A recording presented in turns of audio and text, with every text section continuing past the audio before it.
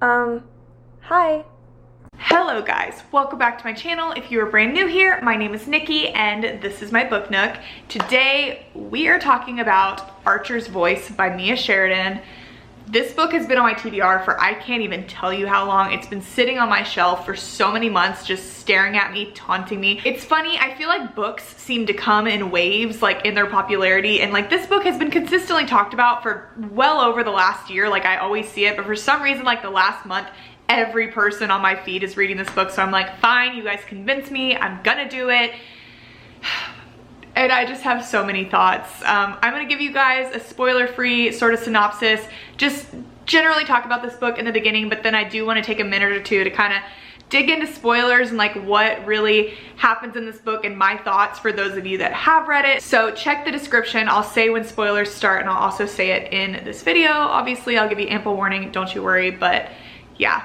Let's just get into it. So this story follows a girl named Bree. She has just recently gone through something totally life-changing, completely earth-shattering, and she just desperately needs to get away from it all for a while. So she finds herself moving to this really small town to just clear her head, kind of re-find herself, just be on her own and just be with herself for a while. So she moves to this really tiny town. She gets a rental home. She brings her little dog with her, and she ends up meeting a handful of people right away. She gets a job at this little diner. Like, this is super, super small town. Everybody knows everyone. And shortly after finding her home in this town, she ends up running into this guy on several different occasions. Actually, she sees him, and there's something about him that just instantly draws her to him. He's looks really ragged. He has like super tattered, old, faded clothes. His hair's really long. He's got this big scraggly beard, but there's just something in his eyes that like tells her that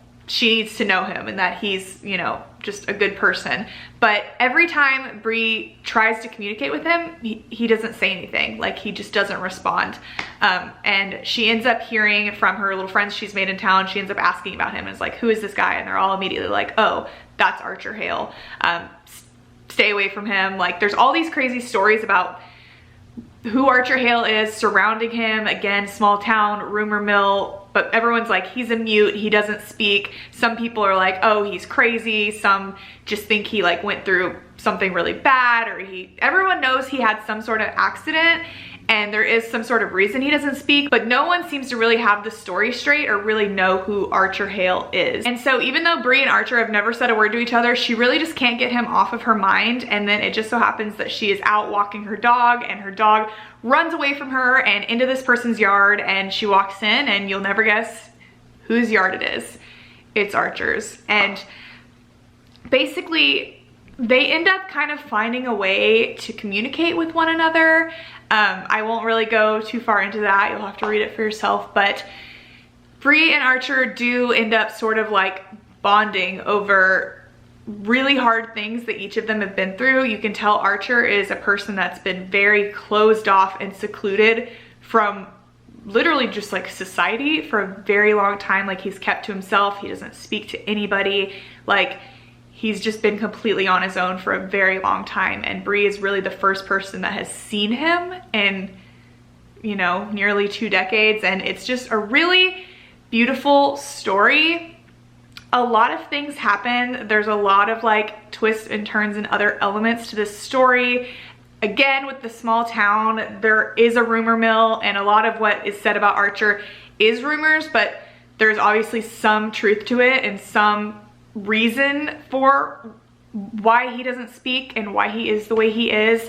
And, you know, secrets are bound to eventually come out. There's just a lot to it. This book honestly gave me like whiplash with the amount of emotions I experienced. Like, at first I was just really curious, then I was really confused, and then I had like butterflies and giddiness, and then it was just so freaking beautiful, and then it was just like heart-wrenching in multiple ways. Just heart-wrenching in like the painful way, but also heart-wrenching in the like, oh my god, I love this book and these characters so much, like my heart wants to explode.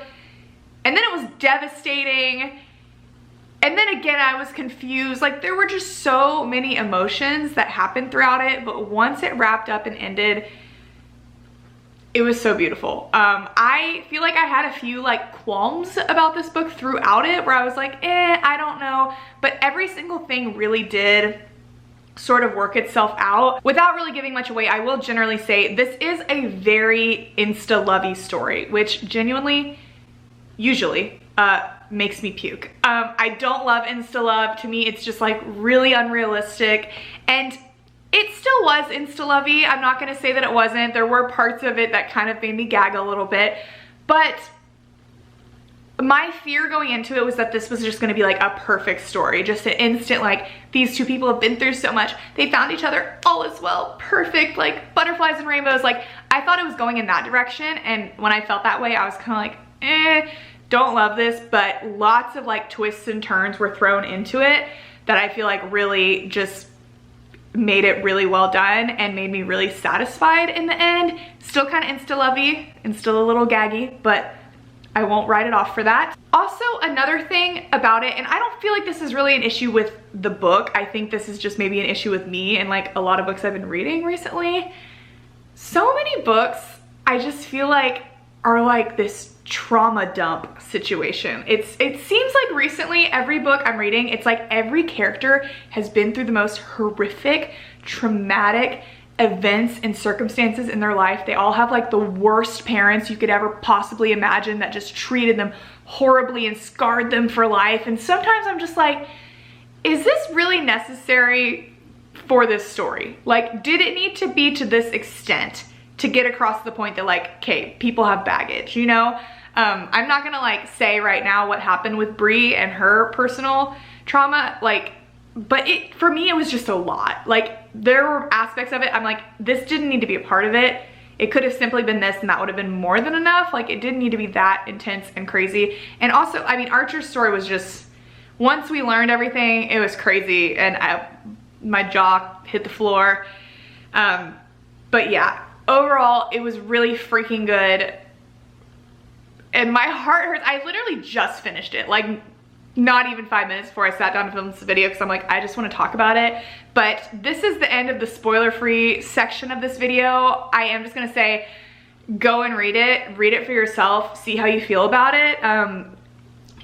It's not like my favorite book I've ever read or anything like that, but I do think it was really interesting, a really different sort of concept, a new kind of take on love and what that means and what it means to be in a relationship, and touching on the idea that even if you do love someone, like sometimes that isn't always enough. Like, there's more to it than that. Like, at the end of the day, yes, you love a person and you might want them in your life, but the person you're in a relationship with isn't the only aspect of your life. Like, you have goals and dreams and things you want to do, and you need to be able to support yourself and support a family if that's something that you want. And those are all things like you need to think about when picking a partner, and that just makes things really hard, especially if like those goals don't align or someone can't give you what you want. This isn't me giving anything away, it's just me generally talking about kind of the concept and a lot of things that happened in this story that just reminded me of that and just kind of stabbed me in the heart a little bit. But I promise it's very beautiful in the end. I really loved it, and I would love to hear y'all's thoughts on it if you have read it. If you have read it, I am now gonna say other things, so please exit if you haven't. Thank you, final warning. Okay guys, so as I just vaguely said, when we come into this story and we learn what has happened to Brie, about her dad, you know, being deaf and their deli getting robbed, him not being able to hear and understand the robber or communicate with him, and then the robber shooting him, that to me was horrific, right? So like, so awful. He literally can't speak, literally can't hear him, and he dies over it. I think that could have 100% been enough. The whole added part of like the robber then attacking her and assaulting her, and the really graphicness of like the gun on her and stuff, that's what I'm saying I like didn't need personally. I really loved how her dad was deaf and how she knew sign language because of that. I think that made for a really beautiful story of her being like one of the first people to ever be able to communicate with Archer. Like, once they started doing the sign language and we could actually hear him speak, I was like, thank God. I don't know why, when the story started out, I totally thought, and I think it's maybe just from what I've heard through the grapevine, I thought that Archer was just like a mute by choice. Like, I figured starting out the story that he just was like a recluse, and that he'd, you know, been through something awful and just shut himself off from people and didn't want to talk to anybody, and that it wasn't like he was not able to. So I, throughout the very beginning of the story, just expected that he was totally going to eventually speak and like open up to Bree and open up to everyone. But whenever we realized, or whenever I realized that that wasn't the case and he actually had like been shot and like physically couldn't speak anymore, I was like, geez, like how is this story gonna go? Like how much can they really communicate with one another if he can't talk? But you know, once she was able to do the sign language and they talked back and forth, and then when the texting came in, I was like, okay, I get it. I will say, I don't know if I'm just like overthinking this, but for me, going back to the insta-lovey thing, it was really insta-lovey, and because I just read it and I know how it ends now, I'm like, oh, like I don't care, like okay, I'm like kind of giddy about it. But it is odd like how instantly, to me, it's odd. Like I can understand Bree being intrigued by this guy, like what's his deal, but it's like she had feelings for him so quickly, like before he even ever really said anything to her. And even once they did start communicating, I felt like they just fell in love like really, really fast. And I don't know, I think Bree is an incredible character, honestly. She's probably a better person than I am. I mean, I obviously, like once we heard Archer speak, like he said some incredible things, incredible quotes, like he was amazing and he loved Bree so much, and I loved that. But I couldn't help but like I felt my throat constricting at like the thought of this book. I just, like I kind of said before, the idea of like your life and what you want, it's something I regularly stress about, right? It's the reason I don't actively seek relationships, because I'm like, I have goals and I have things that I want to do, and like I can do those on my own. If someone else fits into the picture, we have the same goals, fantastic, I love it. But, and it's not even just that when it comes to Archer, it's just the fact that yes, he isn't capable of speaking towards the beginning of the story. Like he's really a recluse, has a hard time being in public, doing anything. When Travis brought up the points of like, how is he gonna support a family? Like he can't even work, he can't even do this and that. I was like, oh shit, okay, but you know, she loves him, they can work it out. But then once Archer started like freaking out and losing his mind if she wouldn't talk to him for 2 seconds, and just the idea of like, okay, this boy's been alone for so long and now you're like taking on, I don't want to say his burden, but taking like you're in his life now and you're accepting him and loving him, you're giving him a home when he hasn't had one all this time. Like the pressure of that, of knowing that like you are now this person's entire world and you have changed their life, and knowing that like you could never leave in a way. Like I know you shouldn't go into a relationship thinking like, oh, I can never leave, but just that feeling of like somebody's life being like tied to yours so closely just gives me like a lot of personal anxiety, and I would have a really hard time with that. is all I'm saying. Again, I think Bree's incredible for being who she was and being okay with that, but I think I would have had a really hard time with that as much as it would have killed me. But yeah, the point of this book that really like kind of, I don't want to say saved it for me, because it didn't necessarily need saving, but it really helped whenever Archer did leave. I think a lot of people probably hated that part reading this, and they're like, why did he do that? Why did he leave her? I thought it was incredible. As I was reading that note, I was like, yes, yes, yes. Like I can understand if I was Bree, my heart would have been on the freaking floor, ripped out of my chest. But he needed to do that because, like I said, and he said it himself in his note, like his life was so tied to her and he was so dependent on her, and he can't be that way. He needs to be able to learn to live and be comfortable on his own and be the kind of person that she deserves and that he feels she deserves. And I think him leaving was a great decision. Honestly, only being gone 3 months doesn't feel quite long enough, but I get it. Like, you don't want to draw it out too long. You can't be making Bree wait that long, and the fact that she did wait that long is amazing. Dude, at the end, and see, this was another thing. This is where I was saying like all my issues with the book kind of like work themselves out. I didn't love, again, the whole like Bree's trauma story. I was like, is this really necessary? I get the dad dying, like I get that's crazy and all of that, okay. But because I kept wondering, I was like, what is the deal with this? Like, why are we going and visiting, like going back? Like, can this not be a part of the story? But then when the attacker showed up at the diner, I mean, honestly, not very realistic. Like, how did he track her down? I don't know. But when he showed up and whenever he tried to shoot her and Archer jumped in front, I totally thought he died. And maybe this makes me a horrible person, but whenever I thought he died, I was just like, this book is incredible. Not that I wanted him to die. My eyes got very misty. Like tears were like right here and I was like, no, no, no, no. But something about if Archer would have died in that moment, it would have made it such a full circle. And I hate to say this, but at the time I still was like worried for Bree. I was like, is she like stuck in this town forever?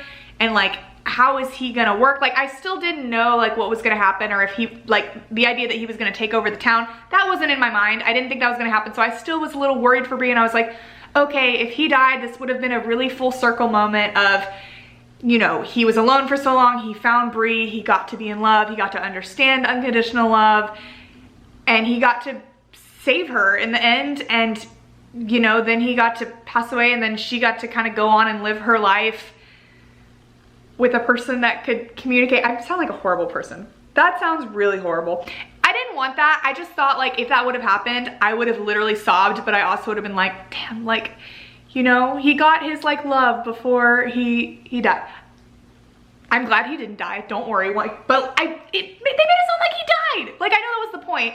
She's like, he was already gone. And then it sounded like they were going to a memorial for him, but it was actually just him like becoming the mayor of the town or the runner of the town, whatever. His little speech on stage, so freaking cute. My favorite thing ever in a book is whenever like you understand the title, when the title is said, and whenever after his little speech, she was like, Archer's voice was the best. I literally don't remember the quote. I'm over here like, this was so impactful, but I can't remember it. Her saying that like Archer's voice was like the loudest of them all or the best of them all, whatever.